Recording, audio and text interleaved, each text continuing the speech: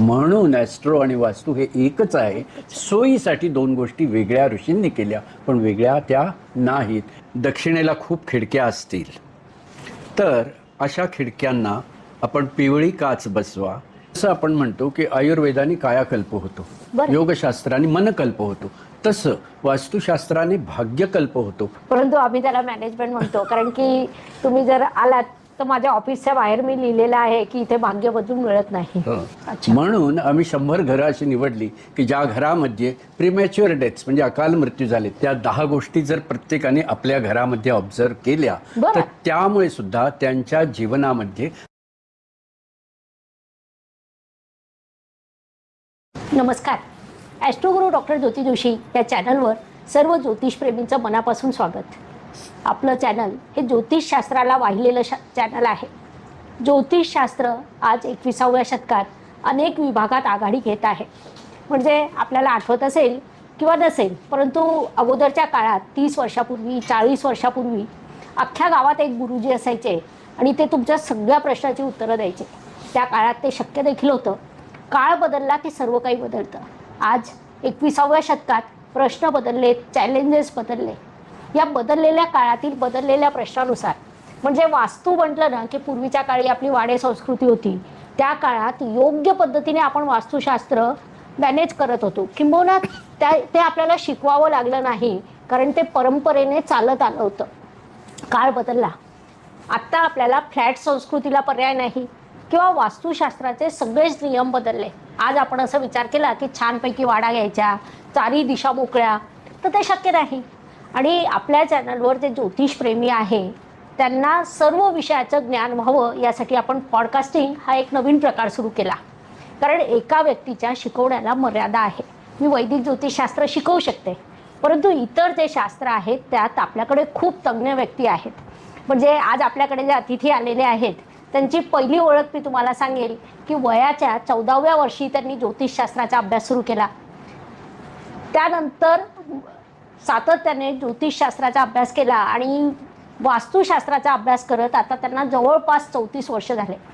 पुणे शहरात, महाराष्ट्रात कुठेही वास्तुशास्त्र हे नाव आलं की पर्यायाने त्यांचं नाव येतं. म्हणून मी त्यांची वेगळी ओळख करून देण्याची गरज नाही. तुमची उत्सुकता नक्कीच वाढलेली असेल की अतिथी नेमके कोण आहेत.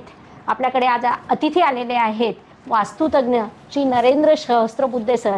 सर नमस्कार. नमस्कार. तुमचं आमच्या या ॲस्ट्रोगुरू डॉक्टर ज्योती जोशी या चॅनलवर मनपूर्वक स्वागत. आपण आज छान गप्पा गोष्टी करणार आहोत. आमच्या श्रोत्यांना, आमच्या कम्युनिटीला तुमचे विचार कळावेत, त्यांच्या आयुष्यात सुद्धा सुखकर व्हावं. वास्तूतल्या छोट्या छोट्या गोष्टीमुळे त्यांची थोडे उपाय सांगून मी त्यांना आपल्या घरात सुधारणा करायला परफेक्ट.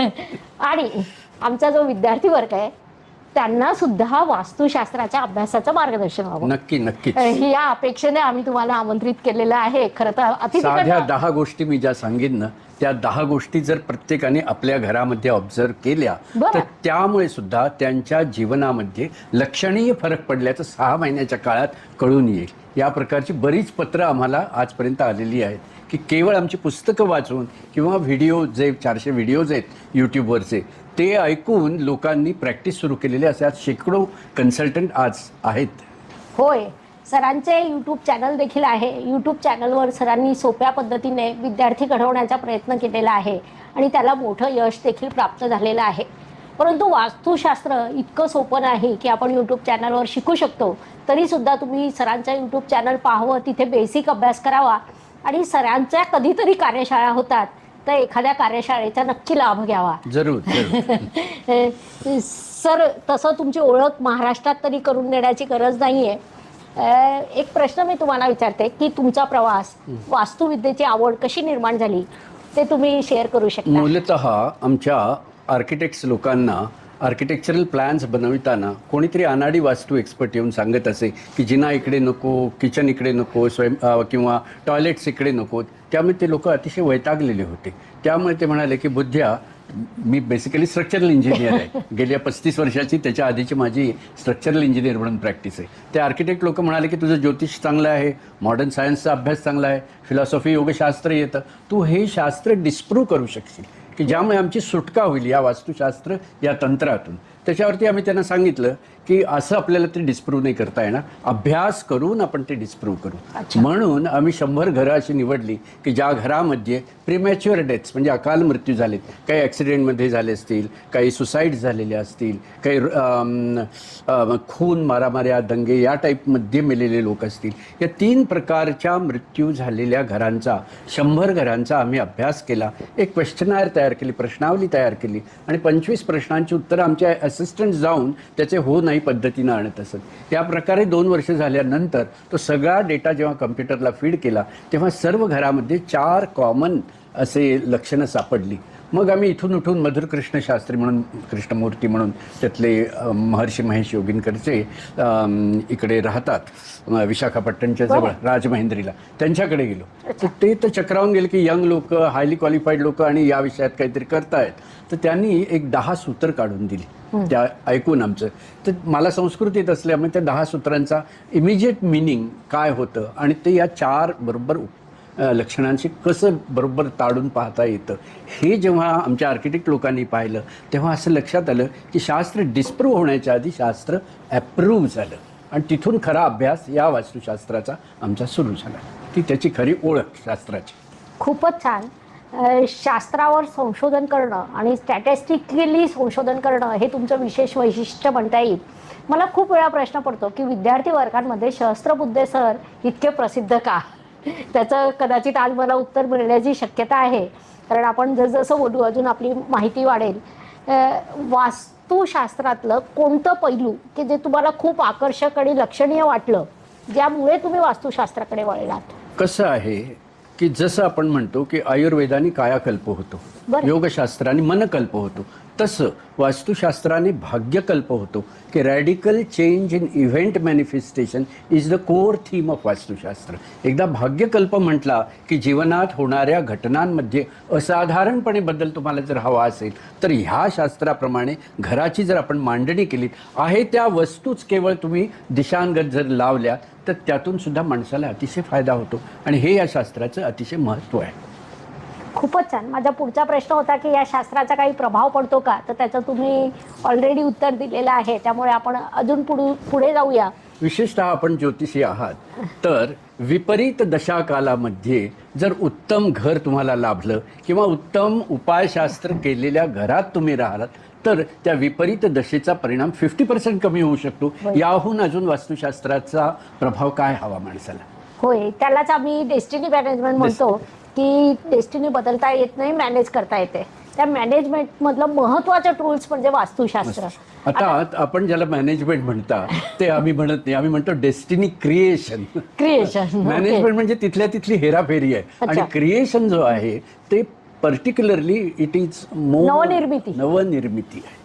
ती नवनिर्मिती आहे. ओके. नाही, नवनिर्मिती हा शब्द छानच आहे, परंतु आम्ही त्याला मॅनेजमेंट म्हणतो कारण की तुम्ही जर आलात तर माझ्या ऑफिसच्या बाहेर मी लिहिलेलं आहे की इथे भाग्य बदलून मिळत नाही, भाग्य घडवता येतं. याच्यात भाग कसा आहे की हे जे शास्त्र आहे ते व्यक्तीच्या कॉन्शियसनेसशी अंतःकरण चतुष्टयाशी जोडलेलं आहे.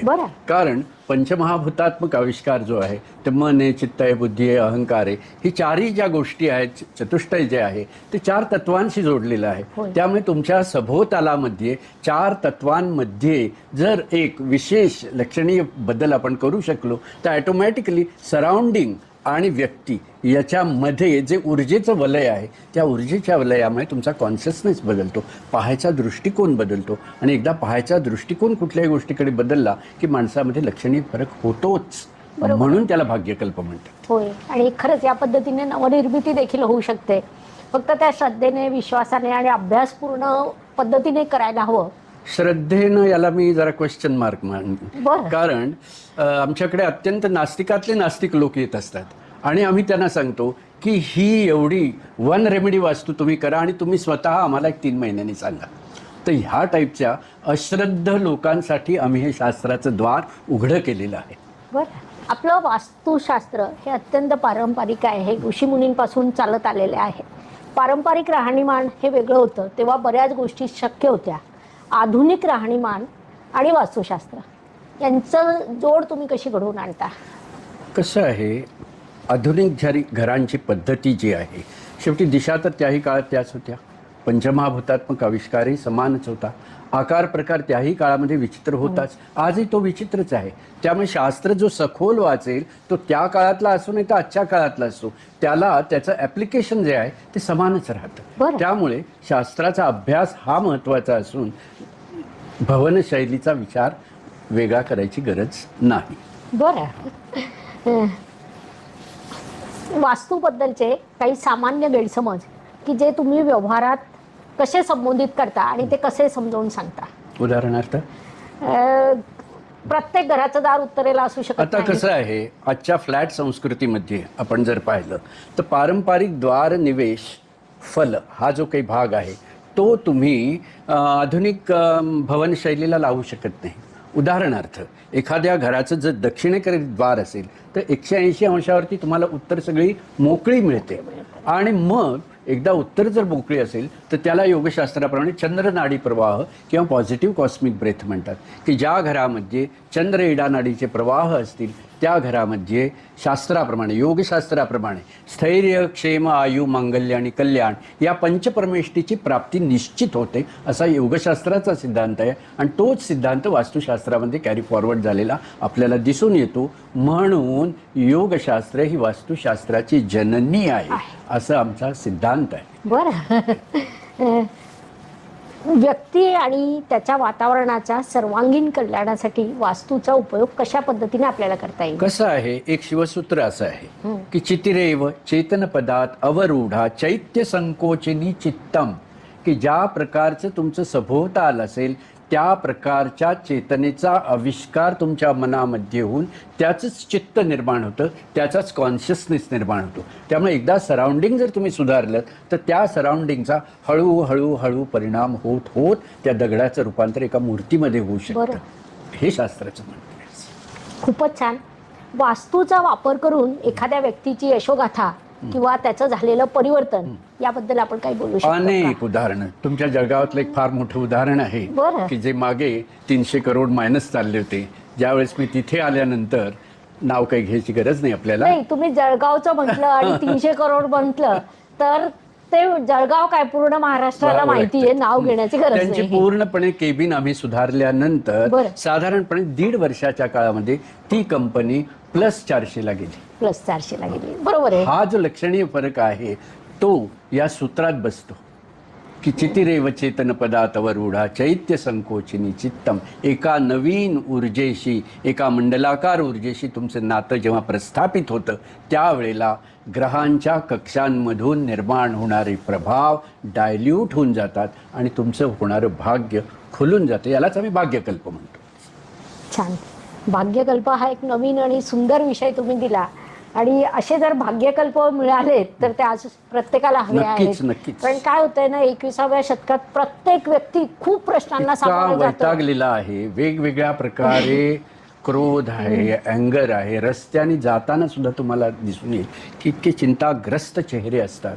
आणि असे चिंताग्रस्त चेहरे पाहता तेव्हा आमच्या लक्षात येतं की याच्या घरी बहुतेक दक्षिणेला मोठी बाल्कनी आहे, टेरॅस आहे, किंवा पश्चिमेला तुमच्या ज्योतिषशास्त्राच्या दृष्टीने जर पाहिलं तर ज्या घरामध्ये पश्चिमेचा प्रभाव प्रकाश अतिशय प्रवाहित होतो आणि पूर्व दिशा 180 अंशावरती बंद असते तर अशा घरामध्ये आमच्या शास्त्राप्रमाणे पश्चिमे कलहम कुर्यात, की अशा घरामध्ये कलह आणि भेद दिसून येतो. ज्योतिषशास्त्रीय दृष्टीने जर पाहिलं तर त्या दिशेला 3, 7, 11 या तुमच्या राशी येतात आणि त्यातलं मंगळ आणि राहूचं नक्षत्र आकाश तत्वातनं तिथे प्रसारित होत असतं. त्यामुळे तिथे शनी आणि राहू यांचा एकत्रित स्पंदन ज्या भवनावरती पडतं तिथे अखंड 7.5 त्या व्यक्तींना अनुभव येतो. आणि त्यालाच आम्ही म्हणतो की disagreement in every walk of life, हे पश्चिमेचा प्रभाव त्या घरामध्ये. त्यामुळे पश्चिमेला मोठं प्रांगण, पश्चिमेला विहीर, पश्चिमेला terrace, roof slopes to the west, हे सगळं जर असेल तर याचा अर्थ पश्चिमेच्या स्पंदनांनी ते घर आक्रमित आहे. म्हणजे शनी आणि राहूच्या एकत्रित स्पंदनांनी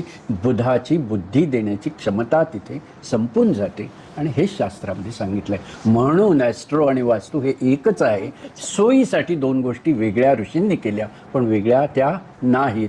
हेच फेंगशुईच्या बाबतीत आपण जेव्हा पाहिलं तर फेंगशुईमध्ये 70% ॲस्ट्रॉलॉजी आणि 30% सायन्स ऑफ स्पेस आहे. म्हणजे ज्या प्रकारचं ॲमलगमेशन त्याच्यामध्ये त्यांनी केलेले वास्तू आणि ज्योतिषाचं ते अमेझिंग आहे. आमच्या इथे मात्र आम्ही जेव्हा प्रॅक्टिस चालू केली आणि तेव्हा मी पहिलं वास्तू ज्योतिषावरती बोलायला लागलो. आमच्या पहिल्या वास्तू शिवविज्ञान 91च्या पुस्तकात ते मी दिलेलं आहे. त्यावेळेस मदा भटांस गट एकाहून एक रथी महारथी माझ्या विरोधात उभे राहिले. पण आज मला असं बरं वाटतं की सुनील पुरोहित वगैरे पुढल्या काळातले लोक ॲस्ट्रो वास्तू या विषयाला धरून बोलतात. हे मी माझं यश धरतो की मी या विषयाला जन्म दिला आणि खरोखरच त्याचा पुढे बहरणारा वृक्ष निर्माण होय. अभिजित प्रतिष्ठानचे श्री सुनील पुरोहित सर यांनी ॲस्ट्रो वास्तू आणि डेस्टिनी मॅनेजमेंट या 2 विषयांना खूप डेव्हलप केलेलं आहे, समृद्ध केलेलं आहे आणि विद्यार्थी जेव्हा तो अभ्यास करतात तेव्हा त्यांना देखील वेगवेगळ्या दिशा प्राप्त होतात. अनेक जातक आमच्याकडे येतात आणि ज्योतिषामध्ये विचारतात आमची 7.5 कधी संपणार, आम्हाला 7.5 आहे का. त्यावेळी मागे मला 1-2दा आठवतं मी जस्ट असं विचारलं तुमच्याकडे पश्चिम दिशा ओपन आहे का, तर ते आश्चर्याने असं पाहतात की कसं काय. हेच ॲस्ट्रो वास्तूचं चमत्कार जो ज्याला आपण म्हणतो तो तिथे दिसून येतो तुम्हाला की ज्या व्यक्तीच्या लग्नी शनी असतो त्या व्यक्तीच्या घरामध्ये पूर्व दिशेमध्ये दोष हा दिसूनच येतो आणि 180 डिग्रीज पश्चिमेमध्ये तो दोष पुन्हा प्रतिबिंबित होतो. बरोबर. आपण वास्तुविषयक सल्ले देतो ग्राहकांना, योग्य पद्धतीने देतो. कुठेतरी आपली एक सुप्त इच्छा असते की ग्राहकाच्या आयुष्यात सुख निर्माण व्हावं, आनंद निर्माण व्हावं. आपण प्रामाणिकपणे ते देत असतो आणि अशा वेळी एखादा जातक कारण असताना नसताना विनाकारण क्रॉस करत असेल तर त्या आव्हानाला तुम्ही कशा प्रकारे असं अनेक वेळेला होतं. आता मी रिसेंटली का कोथरूडच्या घरी गेलो होतो की त्या घरामध्ये आधी एक कोणी वास्तू एक्सपर्ट येऊन गेलेला होता. असंच पुस्तक वाचून जेमतेम वास्तुशास्त्रज्ञ ज्याला म्हणतात तसा तो डिंगडॉंगवाला होता. तो जिकडे तिकडे जायचा तो डाउजिंग डिंगडॉंग करून तो सांगायचा आणि त्याप्रमाणे गेलेला होता. आणि नंतर मला त्यांनी बोलवलं, मी पाहिलं तर तिथे संपूर्ण गटर जे आहे आणि एक आग्नेय दिशेमध्ये प्रचंड मोठा खड्डा होता आणि आग्नेय दिशेमध्येच एक विथिशूला समान असा फोर्सफुल एनर्जी त्या घरामध्ये येत होती. आणि त्याच्या मुलाच्या कुंडलीमध्ये जरी पाहिलं तरी अष्टमेशाची दशा त्यावेळेस सुरू होती 12-14 वर्षाच्या. आणि पत्रिकेमध्ये जर पाहिलं तर त्याच्यामध्ये शनी मंगळाचे केंद्रयोगही होते आणि ट्रान्झिटमध्ये त्याच प्रकारचे योग निर्माण होते. मग अशा वेळेला अशा घरात त्याला राहायला सांगणं हे विचित्र आहे की शास्त्र जेव्हा म्हणतं की पूर्वेच पाणी संतान हानी, हा अग्नितत्वामध्ये निर्बल अग्नी ज्यावेळेस होतो तेव्हा ही पॉसिबिलिटी सायन्स ऑफ संभावनाओं का शास्त्र ह्या दृष्टीने पाहिल्यानंतर आपण त्याला सांगणं आवश्यक आहे की या घरात तू राहू नकोस. मग तो माणूस खूप रागावला. आम्हाला त्यांनी दिली होती फी 60,000 रुपये फी, आम्ही त्याची परत करून टाकली. कारण म्हटलं जर आमचा सल्ला तू पाळत नसेल आम्हाला या पैशात इंटरेस्ट नाही. म्हणजे या प्रकारे तुम्हाला त्या माणसाला एक तर आधीच माणूस वैतागलेला असतो, त्याच्यामध्ये तुम्ही जर फी त्याच्या डोक्यावरती माराल तर ते बरोबर नाही, योग्य नाही. You have to be more compassionate. हे शास्त्राचं पहिलं सूत्र आहे, ते सूत्र आम्ही पाळतो. बरोबर आहे. आणि अशा पद्धतीने वास्तू असते म्हणजे अगोदर शक्यता निर्माण होतात मग घटना घडतात जसं तुम्ही आत्ता म्हणालात. आणि शक्यता निर्माण होत असल्या तर त्यात जर आपण तिथेच थांबवल्या तर घटना घडतात. घटनांचा प्रवाह जो आहे तो एक प्रकारे डायल्यूट होतो असं आपण म्हणतो. घटना घडेल पण घटना घडताना त्याच्यासाठी जो आपल्या प्रबलता पाहिजे ते सहन करण्याची ती प्रबलता माणसाला. त्रिसूत्री आहे की घट घटना घटाकाश, की घट म्हणजे घर आहे आणि घटाकाश म्हणजे त्याच्या आकार प्रकारातून निर्माण होणारं आकाश तत्वाचं स्पंदन आहे. त्यामुळे ज्या प्रकारचं आकाश तत्वाचं स्पंदन असेल आणि ज्या प्रकारचा घटाचा आकार असेल त्या प्रकारची घटना जीवनामध्ये तुम्हाला अनुभवास येते. ही त्रिसूत्री आहे. किंवा जैनिझममध्ये याच प्रकारची जी चतुसूत्री त्यांनी सांगितली आहे ती आकार, स्वभाव, गुण आणि काल, की ज्या प्रकारचा आकार प्रकार असेल त्या प्रकारचा स्वभाव आणि माणसामध्ये गुण निर्माण होतात. आणि ते जर दैवी असतील, एक सेक्रेड आकार जर असेल तर ते दैवी असतील तर ॲटोमॅटिकली येणारा जो काळ आहे तो तुम्हाला एक आधार स्वरूप, शेष स्वरूप असा येतो. आणि जर त्या पूर्ण आकार प्रकारामध्ये विचित्रता जर असेल तर जीवनामध्ये विचित्रता स्वभावामध्ये दिसेल आणि ती विचित्रता येणाऱ्या काळामध्ये तुमच्या जीवनामध्ये सर्पासमान विषमय सापडेल. ही चतुसूत्री जैनांची. बरोबर. खूप छान सर. विद्यार्थ्यांना आज खूप नवीन ज्ञान प्राप्त होईल. वास्तूमध्ये ऊर्जा प्रवाह आणि त्याचा समतोल या गोष्टीचा आपण राहत असलेल्या जागांवर कसा परिणाम होतो या संदर्भात चर्चा करता येईल? हो. कसं आहे की या शास्त्राला द्विऊर्जा प्रवाह पद्धती म्हणतात. इट्स ए 2 स्ट्रीम थिअरी, की उत्तर जी आहे ती जैविक ऊर्जेची उगम दिशा असून दक्षिण ही जैविक ऊर्जेची अस्त दिशा आहे. पूर्व ही प्राणिक ऊर्जेची उगम दिशा असून पश्चिम ही प्राणिक ऊर्जेची अस्त दिशा आहे. की ज्या घरामध्ये उत्तर आणि पूर्वेचे प्रवाह प्राप्त होतात म्हणजे जैविक आणि प्राणिक प्रवाहांची प्राप्ती होते. म्हणजेच जिथे तुमच्या ज्योतिषशास्त्रीय दृष्टीने पाहिलं तर चंद्र, गुरु आणि रवीशी तुमचं नातं चांगलं जुळतं, त्याच्या जीवनामध्ये सुख, आनंद याची प्राप्ती होते. हा एक भाग झाला. पण ह्याशिवाय योगशास्त्र अजून प्रोफाऊंड आहे. ते योगशास्त्र असं सांगतं की दक्षिण, नैऋत्य आणि पश्चिमेचे प्रवाह जर घरात असतील तर या प्रवाहांना सूर्य किंवा पिंगला नाडीचे प्रवाह असं म्हटलेलं आहे. आणि ज्या भवनावर सूर्य किंवा पिंगला नाडीच्या प्रवाहांचा प्रभाव राहतो किंवा आक्रमित राहतात अशा भवनामध्ये विपदा, विकार, विनाश, विलाप आणि विद्रोहाचे विषमय प्रसंग येण्याची शक्यता राहते. हे जे बहुव्यापक आणि कॉम्प्रिहेन्सिव्ह अंडरस्टँडिंग योगशास्त्राने दिलं आहे ते जसंच्या तसं पारंपरिक वास्तुशास्त्रामध्येही असून ते आपल्याला अनुभवास अनेक उदाहरणांमधनं, केस स्टडीजमधनं दिसून येतं. सर, तुमच्याशी बोलताना वास्तुशास्त्र, त्याचं महत्त्व हे सर्व लक्षात येत आहे. अनेक जातक असतात की त्यांना वास्तुशास्त्राचा उपयोग घरात करून, व्यवसायाच्या जागी करून काहीतरी विकास साधायचा आहे, तर त्यांना काय सल्ला द्याल? एक वन रेमेडी वास्तू ज्याला आम्ही म्हणतो ती साधी गोष्ट सांगतो की ज्याला आम्ही 100-150 असं फॉर्म्युलाचं नाव आहे. की एक 100 किलोचं लोखंडाची एखादी प्लेट तुम्ही दक्षिण दिशेत ठेवा. 100 किलोची शिशाची प्लेट किंवा ब्रिक्स मिळतात त्या नैऋत्य म्हणजे साऊथ वेस्ट दिशेत ठेवा. आणि 50 किलोचं लोखंड पश्चिम दिशेमध्ये ठेवा. सध्या एवढंच करा आणि पहा साधारण 3 महिन्यामध्ये दक्षिण, नैऋत्य आणि पश्चिमेच्या पिंगला प्रवाहांचं विसर्जन झाल्यामुळे जीवनामध्ये येणाऱ्या काळामध्ये लक्षणीय फरक तुम्हाला दिसून येईल. अनेक गोष्टी अशा असतात जीवनामध्ये की अशी बशी आहे आणि असा आपले ओठ आहेत आणि इथपर्यंत येतात गोष्टी आणि निघून जातात. तर ही जी गॅप आहे ही गॅप तुम्हाला या 100-150 मुळे भरून निघते आणि तो चहा जो आहे ना तो तोंडी लागेल. एवढं महत्त्व शास्त्राचं आहे. बऱ्याच वेळेला आम्हाला लोक असं विचारतात शास्त्राचं महत्त्व किती?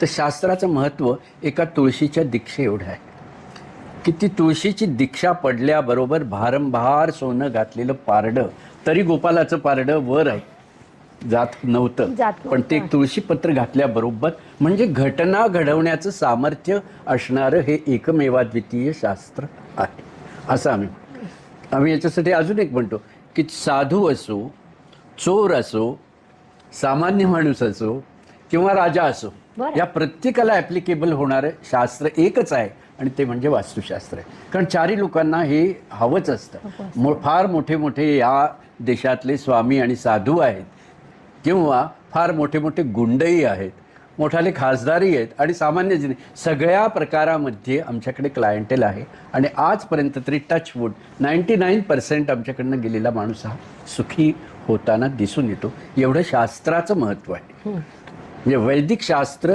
त्या पद्धतीने जर तुम्ही उपायशास्त्र नवीन काळाला अनुसरून जसं आपण म्हणालात ते जर आपण देऊ शकलो तर निश्चित त्यांनी फरक दिसून येतो. होय. आमच्याकडे येणारेही जातक अनेक वेळा विचारतात की हातातून नशे आलेला घास निघून गेला, डील होत होतं, शेवटच्या क्षणी कॅन्सल झालं, असं वाटत होतं काम झालं, आता ऑर्डर मिळणार आहे आणि काहीतरी अडथळा आला. त्यांना सुद्धा सांगायला सरांनी आपल्याला उत्तम उपाय दिलेला आहे. गोल्डन की देखील आपण त्या कीला म्हणू शकतो. नक्कीच. आणि हा सर्वांना लागू असणारी की असल्यामुळे प्रत्येकच जण आपल्या पद्धतीने याचा वापर नक्कीच करू शकतो. सर, अजून दोन अशा की देत आहे? असं समजा ज्याला एखाद्याला हे धातू मिळणं शक्य नसेल, एखाद्या गावामध्ये छोट्या गावात एखादा माणूस राहत असेल तर त्याच्या गावातनं ते एखादी नदी किंवा ओढा तर वाहतच असतो. त्या ओढ्याचे नदीकाठचे पेबल्स ज्याला म्हणतो आपण, गोल दगड, तर असे गोल दगड त्याने आणावेत. आणि त्या गोल दगडाला पारंपरिक शास्त्रात असाधारण महत्त्व आहे. कारण एक जो दगड असतो गोल दगड बनलेला, ती शेकडो वर्ष त्याच्यावरती पाण्याचा प्रवाह चाललेला असतो. म्हणजे पाण्याचा एक संस्कार आहे. त्याचा गोल आकार असल्यामुळे त्याच्यामध्ये वायुतत्व प्रतिष्ठित आहे.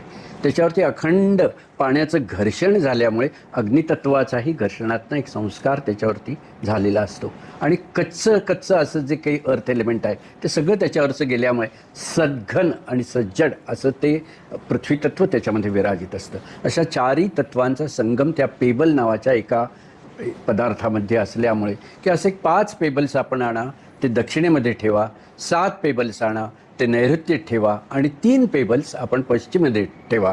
तुमच्या ज्योतिषशास्त्राप्रमाणे पाहायचं तर पृथ्वी तत्व पीतवर्णाचं योगशास्त्रात सांगितलं आहे. दक्षिण आणि नैऋत्येत आपल्याला पीतवर्णाचं महत्त्व आहे आणि पश्चिमेमध्ये शनी आहे, त्यामुळे त्याचा आणि वायुतत्वाचे नीलवर्ण असल्यामुळे नीलवर्ण निळा रंग तुम्ही या 3 दगडांना द्या. अशी नुसते पत्थर ठेवलेत तरीसुद्धा आपल्याला जीवनामध्ये शुभ घटना होताना दिसून येऊ शकतात. हे शास्त्राचं सिम्प्लिफाईड केलेलं मॉडेल मी आपल्याला सांगितलं. खूपच छान. आणि उपायशास्त्र वापरताना नेहमी खर्चच केला पाहिजे असं नाही, खर्च न करता सुद्धा उपाय करता येतात, आयुष्याची दिशा बदलू शकते. नक्की. हे तुम्ही आता हे सांगत बरोबर. आहात. या शास्त्राचा एक दिल्ली स्थित डॉन सध्या तुरुंगात आहे असं ऐकलंय, असं का व्हावं? असं व्हायचं कारण शास्त्राची कन्सल्टन्सी न करता त्यातून निर्माण होणाऱ्या संबंधातनं जेव्हा माणूस इतर धंदे करायला लागतो त्याचा तो परिणाम आहे. आणि ते त्याच्या घरातही दिसून येतं. दिल्ली स्थित त्याचं जे घर आहे त्या संपूर्ण पश्चिम प्रवाही घर आहे. बरं. त्याच्यानंतर आग्नेय दिशेमध्ये महादोष आहे, बेसमेंट आहे वगैरे वगैरे. याला आम्ही torque of the fire and wind म्हणतो. ज्या घरामध्ये torque of the fire and wind एवढा प्रबल, म्हणजे अग्नी जो आहे तो प्रदीप्त आहे आणि वायू जो आहे तो प्रबल आहे. त्यामुळे प्रबल आणि प्रदीप्त तत्वांमध्ये जेव्हा एखादा माणूस अडकतो तेव्हा त्याचं रूपांतरण जे आहे ते जेलमध्ये होतं. अशी अनेक उदाहरणं आमच्याकडे आहेत. आहेच आहे असं नाही. त्यामुळे त्याच्या घरावर torque of fire and wind आहे म्हटलं की त्याचं फलित जे आहे ते शेवटी जेलमध्ये जाणं स्वाभाविक आहे. आमच्याकडे आले तर ते कन्सल्टिंगला. आता बघू, ते बाहेर यायच्या आधी खरं काहीतरी चेंजेस केले पाहिजेत. अग्नीची ऊर्जा आणि वायूची ऊर्जा याच्यात पीळ बसला की नेमकं काय घडतं ते सरांनी आता आपल्याला सांगितलं. या जे पंचतत्व आणि पंच ऊर्जा आहेत त्या योग्य पद्धतीने मॅनेज करणं, संयोजित करणं, त्याचं सुसूत्रीकरण करणं म्हणजे वास्तुशास्त्र असं आपण म्हणू शकतो. बरोबर, नक्कीच. पंचमहाभूतांचा योगमय आविष्कार म्हणजे वास्तुशास्त्र. अशी एक वास्तुशास्त्राची व्याख्या आम्ही आमच्या कोर्सेसमध्ये शिकवतच असतो. खूपच छान. आधुनिक तंत्रज्ञान आणि शहरीकरणाचा वास्तूवर कसा प्रभाव पडला आणि त्या बदलांशी तुम्ही कसं जुळवून घेत आहात? आपण आता जसं पाहिलंच की प्राचीन काळ असो किंवा अर्वाचीन काळ असो, या दोन्हीमध्ये पंचमहाभूतांचा आविष्कार, त्यांचं बलाबल याचा परिणाम समानच आहे. बरं. त्याही काळामध्ये द्रौपदीसारखी घटना घडलीच होती. धर्मराजासारख्या माणसाला द्यूत खेळावासा वाटलाच होता, खेळला गेला होता. म्हणजे काय असेल, त्या घरामध्ये पश्चिमेचा प्रभाव अधिक असेल. कारण पश्चिम जी आहे ती सगळ्या ड्रग ॲडिक्शनशी जोडलेली आहे, ती सगळ्या ती गॅमलिंगशी जोडलेली आहे. त्यामुळे त्याही काळामध्ये दोष होते, याही काळात दोष आहेत. दोष जे आहेत ते दिशांमधून निर्माण होत असतात आणि दिशा त्याही काळात होत्या आणि आजच्याही काळात आहेत. त्यामुळे असं काही फरक करायची गरज मला भासत नाही.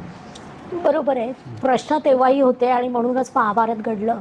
बरोबर. नाही तर महाभारत घडलंच नसतं. अलीकडे एक फॅड निघालेला आहे की वेगवेगळ्या मशीनद्वारे वास्तू विश्लेषण आता करायचं. कशी मजा आहे माहिती का, तुम्हाला सांगतो याच्या बाबतीत. हे शास्त्र कशाशी जोडलेलं आहे? मनाशी जोडलेलं आहे, सुखाशी जोडलेलं आहे, भोगाशी जोडलेलं आहे. या तिन्ही गोष्टी आजच्या काळामध्ये मॉडर्न मोस्ट सायंटिफिक अंडरस्टँडिंगमध्ये कुठल्याही मशीनद्वारे मापता येत नाहीत. म्हणजे आज तुम्ही जर विचारलं मॉडर्न सायंटिस्ट्सना तर हे मापण्याचं यंत्र आजपर्यंत कोणाकडे नाही. मनासी टाकिले मागे गतीसी तुळना नसे असं आपण शिकतो की नाही. म्हणजे मनापेक्षा सुद्धा कॉस्मिक ऊर्जेची गती अतिशय सूक्ष्म आहे, सटलेस्ट आहे. त्यामुळे ह्या गोष्टी आपण काहीतरी मशीननी मापल्या असं धरणं आणि त्या आलेल्या पिक्चर्समधनं काहीतरी कॉन्क्ल्युजन काढणं हे सगळं भंपकपण आहे.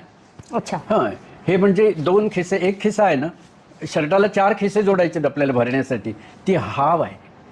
आणि ज्यांना पारंपरिक शास्त्राचा अभ्यास करायचाच नाही आहे, नुसती मौज मजा करत पैसे कमवायचे, अशा लोकांनी निर्माण केलेलं ते डिंगडॉंग शास्त्र आहे. त्याला मी डिंगडॉंग शास्त्रच असं म्हणतो. बरोबर आहे. कारण पारंपरिक शास्त्र एवढं सूत्रबद्ध आहे की त्याला या कुबड्यांची कुठेच गरज नाही. कारण त्याच्यामध्ये ज्या डेफिनेशन्स, व्याख्या ज्या केलेल्या आहेत त्या अप्रतिम केलेल्या आहेत आणि त्या व्याख्येमध्ये प्राचीन काळही बसतो आणि अर्वाचीन काळही बसतो. त्यामुळे दोन्हीची जोड वेगळी घालायची गरज पडत नाही. हा सगळा भंपकपणा आहे. लोकांना लुबाडण्याचा धंदा चालू केलेला आहे आणि ते वेदविहीन म्हणजे हीन वास्तुशास्त्र आहे.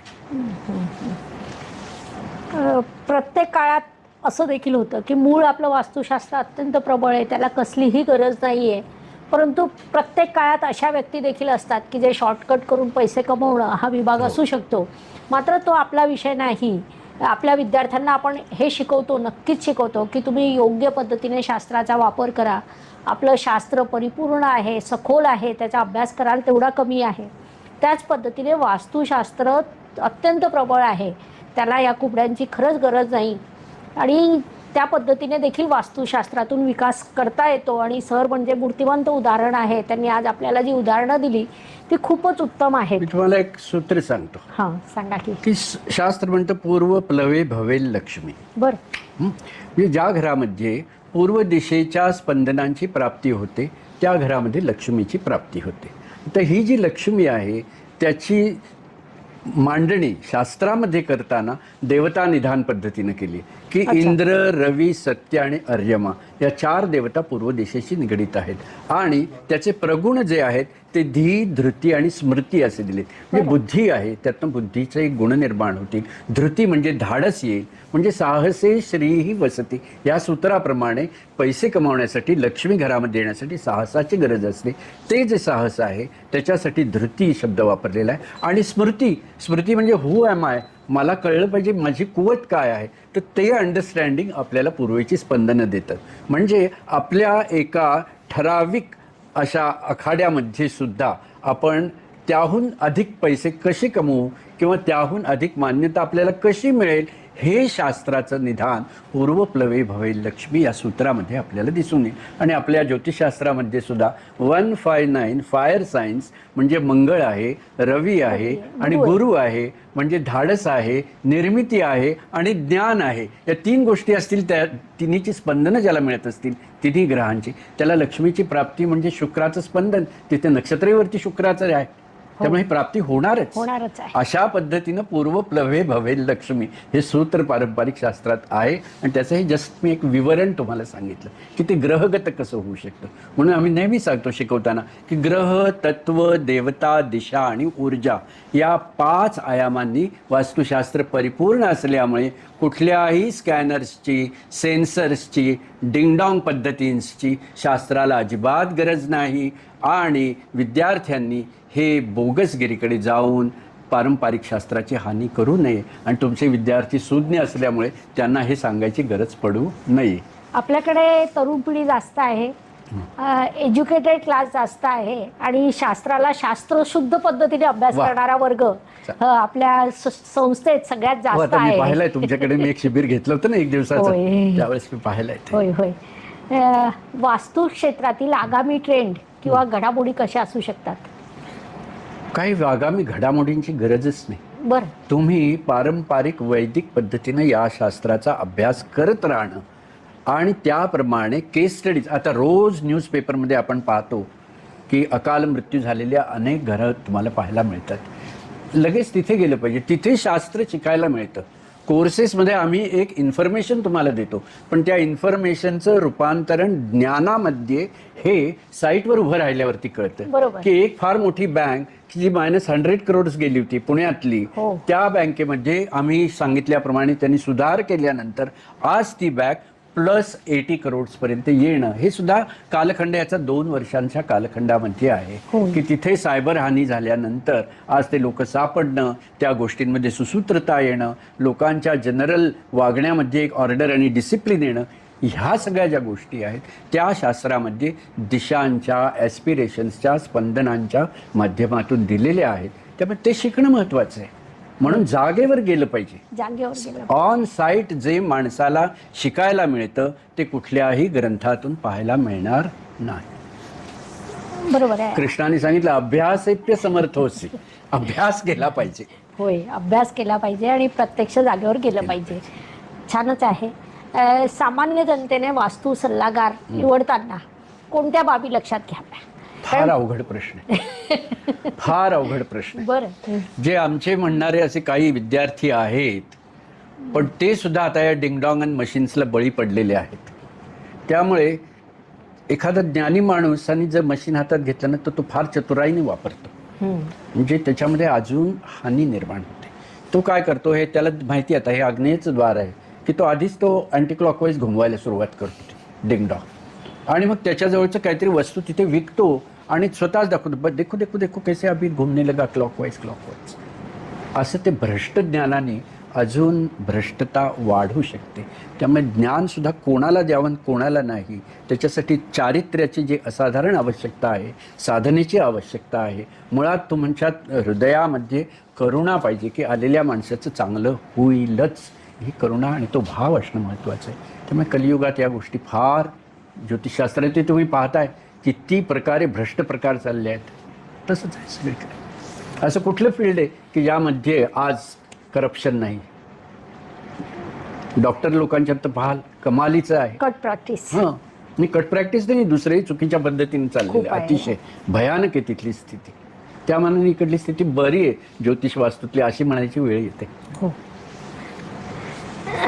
सत्य आहे ते स्वीकारलं पाहिजे. स्वीकारलं पाहिजे. वास्तुविद्या क्षेत्रात तुम्ही काही आगामी प्रकल्प किंवा उपक्रम ठरवले आहेत का? मॅक्झिमम लोकांना हे वैदिक वास्तुशास्त्र शिकवायचं, जास्तीत जास्त मिळतील तिथे पॉडकास्ट करून वैदिक वास्तुशास्त्राचा प्रचार आणि प्रसार करायचा, हे पहिल्यापासून सूत्र पकडलेलं आहे, ते शेवटपर्यंत चालवायचं. छान. आपल्या सुनील पुरोहितांकडे एक मला वाटतं 20 वर्षापूर्वी मी कंटिन्युअस 11 तासाचं एक शिबिर घेतलं होतं. बरं. हां, जे सकाळी ते 10ला सुरू झालं ते जवळपास रात्री 1 वाजता वगैरे एक तासाच्या डिफरन्सने चालवलं. तेवढं आता जमणार नाही, पण 3 तासाची शिबिर आता याच हॉटेलमध्ये आमचं आता शिबिर जे आहे 3 दिवसाचं आहे. जवळपास 75 स्टुडंट्स ऑल ओव्हर इंडिया येत आहेत. अशा पद्धतीनं आपण विद्यार्थी तयार करायचं, बाकी काही आपल्या हातात नाही. आणि बरीचशी पुस्तकं मी जवळपास 20-25 पुस्तकं लिहून ठेवलेली आहेत. ती नीट सखोल वाचून आणि व्हिडिओज पाहून आणि त्याचं मुख्य म्हणजे साईट्सवरती जाऊन त्याची सत्यता पडताळून पाहिलं तर उत्तम वास्तुशास्त्रज्ञ निश्चित निर्माण होईल. पुढचा प्रश्न हाच होता माझा की तुम्हाला लेखक होण्याची प्रेरणा कुठून मिळाली? जैनांचे एक महाआचार्य आहेत, शिवमुनी महाराज साहेब, बरं. स्थानकवासी जैनांचे. त्यांच्याकडे नगरला आम्ही काही स्ट्रक्चरल इंजिनिअरिंगचे त्यांची जी स्ट्रक्चर्स होती त्या डिस्कशनसाठी गेलो होतो. तेव्हा ऑल ऑफ अ सडन त्यांनी उभं राहून आशीर्वाद देऊन मांगलिक म्हणून मला सांगितलं की आपके जहन में ये पारंपरिक वास्तुशास्त्र के बीज बोए हुए हैं, कभी उभर कर आएंगे, लिखना शुरू कीजिए, कम से कम 7 ग्रंथों की आपके हाथ से निर्मिती होगी. आणि ते खरोखर 86 साली ते बोलले आणि 91 साली माझा पहिला ग्रंथ झाला. त्या ग्रंथाला म्हणून त्यांचं नाव वास्तू शिवविज्ञान असं मी त्याला नाव दिलेलं आहे. तिथून ते निर्माण झालं. छान. आता आपण जरा रॅपिड फायर प्रश्नाकडे जाऊया. थोडक्यात आणि पटकन उत्तरा. तुमची कोणत्या देवावर खूप श्रद्धा आहे? सद्गुरूवर. बरं. आमच्या सद्गुरू गोदावरी माताजी आहेत, हो. साकोरीच्या उपासनी कन्याकुमारी स्थानाच्या त्या आहेत. आयुष्यातील एकमेव असा क्षण की जेव्हा तुम्हाला सर्वात जास्त आनंद झाला? तो क्षण अजून यायचा आहे. जर तुम्हाला कुणाची माफी मागायची असेल तर कुणाची मागाल? असं काही आजपर्यंत हातून घडलं नाही की माफी मागावे लागेल असं कोणाची असं. बरं. आयुष्यात आलेला सगळ्यात दुःखद प्रसंग कोणता? बस सद्गुरूंनी देह सोडणं हा सगळ्यात मोठा. त्यामुळे त्यांचा घनिष्ठ जो सहवास असतो तो सहवास आपला आपण दुरावतो. त्यामुळे तो क्षण सगळ्यात दुःखाचा. सर्वात वीक पॉईंट काय आहे? जास्त सहनशीलता किंवा जास्त एखाद्याविषयी कंपॅशनेट वाटणं, हाच वीक पॉईंट आहे माझा. एकदम त्याला प्लस म्हणावं की वीक म्हणावं हा जरा एक प्रश्न आहे, परंतु तो पॉईंट आहे. लहानपणी तुम्हाला मोठं झाल्यावर काय व्हायचं होतं? मला सर्जन व्हायचं होतं. बरं. तसंही तुम्ही आता सर्जनच आहात, वास्तू सर्जन असं आपण म्हणू शकतो. खूपच छान. जर 100 करोड रुपये सापडले तर काय कराल? एक वैदिक वास्तू, ज्योतिष आणि वैदिक ज्ञानाची एक युनिव्हर्सिटी खोली. अच्छा. की जिथे आपण पारंपरिक शास्त्र आपण फ्रीमध्ये शिकवू शकतो. स्टुडंट्स आपण निवडताना मात्र भरपूर चाळणी करू, पण जे निवडलेले लोक आहेत त्यांना उत्तम शिक्षण घेऊ. खूपच छान. कारण आमच्या संस्थेचाही मुख्य उद्देश ज्योतिषशास्त्र विद्यार्थ्यांना शिकवणं आणि आता आपल्या संस्थेत जवळपास 14,500 विद्यार्थी वाह. मोफत अभ्यास करीत फार आहेत सुंदर. आणि आजपर्यंत आर्थिक अडचण कधीच आली नाही. वाव. मी जवळपास मला वाटतं 10,000 विद्यार्थ्यांना शिकवलं आहे आतापर्यंत, होय. All over the globe. आमचे होय. जर्मनीला कोर्सेस झालेत, त्याच्यानंतर आता दुबईला व्हायचं होय. आहे, किंवा रशियाला अनेक कोर्सेस झालेत. भारतात तर होतच असतात. महाराष्ट्रात कोणत्या पक्षाचं सरकार यावं असं वाटतं? अर्थात देवेंद्र फडणवीसांचे. अच्छा. सर्वात आवडती स्त्री राजकीय व्यक्तिमत्व कोणतं? इंदिरा गांधी. ग्रेट. कर्तृत्व अफाट. पाकिस्तानचं एका शब्दात वर्णन करा. भरकटलेले लोक. राजकारणात जायचं झाल्यास कोणत्या पक्षात जाल? मी माझा नवीन पक्ष काढीन, वैदिक पक्ष. आता तुम्हाला ना 2 पर्याय दिल्या जातील, त्यातनं एक निवडायचा. राम मंदिर की राम मंदिराच्या ठिकाणी हॉस्पिटल? राम मंदिर. बागेश्वर धाम सरकार की ओशो? ओशो. लता मंगेशकर की हेमा मालिनी? लता मालिनी. किंवा हेमा मंगेशकर. खूपच छान. वडिलांची एका शब्दात व्याख्या? सर्वाधार. सर्वाधार. बायको की मुलगा? बायको. की बायकोचा मुलगा? तसंही छान. एकनाथ शिंदे की उद्धव ठाकरे? आपल्याला त्यातलं कळत नाही काही. देवेंद्र फडणवीस की नितीन गडकरी? देवेंद्र फडणवीस. अच्छा. आज आहे ना आता. हां. खूपच छान. सर, तुम्ही सुरुवातीला असं बोलता बोलता बोलले होते की काही टिप्स देईल की ज्याच्यातून प्रत्येकाला वास्तू समृद्धीसाठी उपयुक्त ठरेल, आयुष्य सुखद करण्यासाठी उपयुक्त ठरेल, अशा वास्तूच्या काही टिप्स तुम्ही देणार होता आणि बोलता बोलता आपण विसरलो. परंतु आमचं काम आहे की आम्ही असं विसरू देणार नाही. बरोबर. जर आपल्या घरामध्ये दक्षिणेला खूप खिडक्या असतील तर अशा खिडक्यांना आपण पिवळी काच बसवा किंवा पिवळी फिल्म लावा. त्यामुळे आत येणाऱ्या प्रकाशामध्ये योगशास्त्राप्रमाणे पृथ्वी तत्व प्रतिष्ठित असेल आणि ते स्टॅबिलाइज्ड दक्षिण प्रवाह तुमच्या जीवनामध्ये तुम्हाला धननाश होऊ देणार नाही आणि रोगकारकता कमी करेल. बरं. तुमच्या घरामध्ये समजा पश्चिम दिशेचा प्रभाव अधिक असेल, पश्चिमेच्या खिडक्या मोठाल्या असतील, तर अशा वेळेला निळ्या रंगाची फिल्म त्या पश्चिमेच्या ग्लासेसना, काचांना आपण लावा. त्यामुळे पश्चिमेच्या अस्तप्रवाहांचा प्रभाव कमी झाल्यामुळे घरामध्ये जर एक गैरशिस्त असेल तर ते वातावरण कमी होईल. विशेषतः पतीपत्नींमध्ये जर बेबनाव असेल, कलह असेल, तर हा कलह निश्चितपणे कमी होऊन एक जीवनाला दिशा प्राप्त होईल. खूपच छान. हा उपाय ज्योतिषप्रेमींनी, ज्योतिष अभ्यासकांनी नक्कीच करून पाहावा. आणि तुम्हाला काय प्रभाव मिळाला ते कमेंट सेक्शनमध्ये टाका.